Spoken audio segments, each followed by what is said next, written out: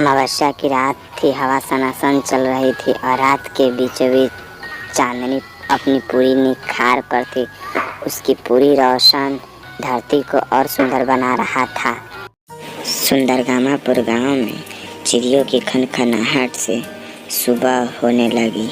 सुबह का समय था, इसीलिए चिड़िया सुंदर सुंदर गीत गा रही थी और वनों में घूम रही थी, इधर से उधर भटक रही थी।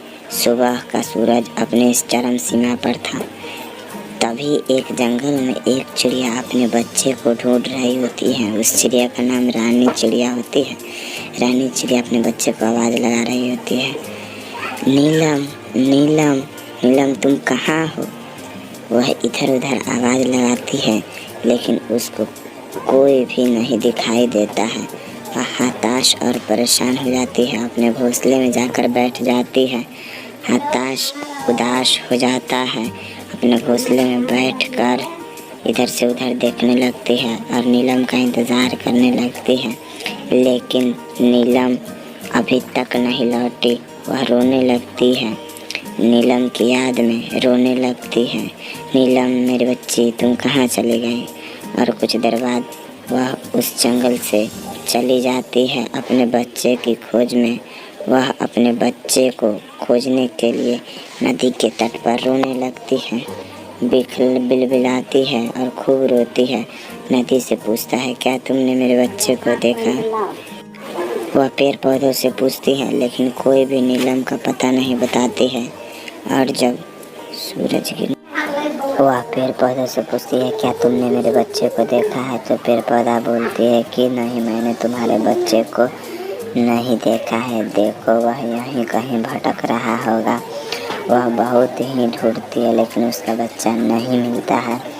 और बाद में तभी वह देखती है कि नीलम चिड़िया आती हुई दिखाई देती है और नीलम चिड़िया धीरे धीरे अपने घर की ओर बढ़ने लगती है। उसकी तभी रात हो जाती है, शाम ढलने वाली होती है। रात होने में बस कुछ ही समय बचा था। सूरज एकदम डूबने लगता है और चांद खिलने लगता है। आसमान की ओर चांद निकल जाता है, चांद पूरी तरह खिल जाता है। चिड़िया की माँ अपने घर पर इंतज़ार कर रही होती है। चिड़िया रो रो कर हालत ख़राब थी। रानी चिड़िया अपने घर में नीलम चिड़िया का इंतज़ार कर रही होती है, लेकिन नीलम चिड़िया अभी तक नहीं आई। उसी की याद में वह देखने लगती है, कभी इस पेड़ से कभी उस पेड़, कभी इधर देखती तो कभी उधर देखती।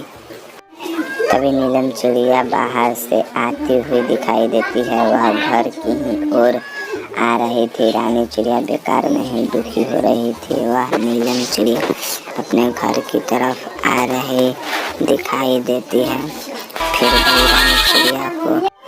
नीलम चिड़िया के घर आते ही रानी चिड़िया खुशी के मारे पागल हो जाती है। उनकी आंखों से आंसू निकल जाती है। कहती है, मेरे प्यारे बच्चे तुम कहाँ थे। नीलम चिड़िया बोलती है, मैं बाहर बच्चों के साथ खेलने के लिए गई थी। रानी चिड़िया उसे गले लगाकर कहती है, चलो अब घर में चलो।